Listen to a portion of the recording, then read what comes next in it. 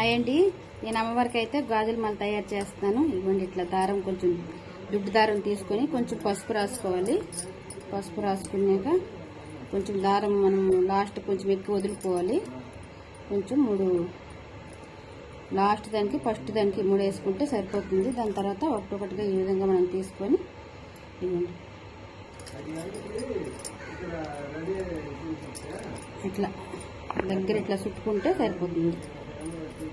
మాల అయితే రెడీ అయిపోయింది. లాస్ట్ది ఫస్ట్ మనం ఏ విధంగా 3 వేసుకున్నామో అదే విధంగా ఇది కూడా 3 లాస్ట్ది ఫస్ట్ది 3 కట్టుకుంటే సరిపోతుంది. ఎందుకంటే ఊడిపోకుండా ఉంటుంది అనమాట. ఇట్లా అంతేనండి. అమ్మవారికి అయితే ఎంతో ఇష్టమైన గాజుల మాల అయితే రెడీ అయిపోయిందండి. చూసారు కదా, మన సొంత ఊరికి వచ్చి ఈ విధంగా అమ్మవారికి మాల చేయడం అయితే నాకు చాలా ఆనందంగా ఉందండి.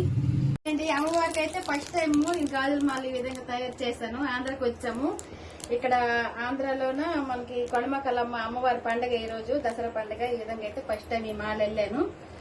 మీ అందరికి చూపిద్దామని నేను చిన్న వీడియోస్ వేస్తున్నానండి. అమ్మవారి ఆశీస్సులు అందరికీ ఉండాలని మనస్ఫూర్తిగా కోరుకుంటున్నాను.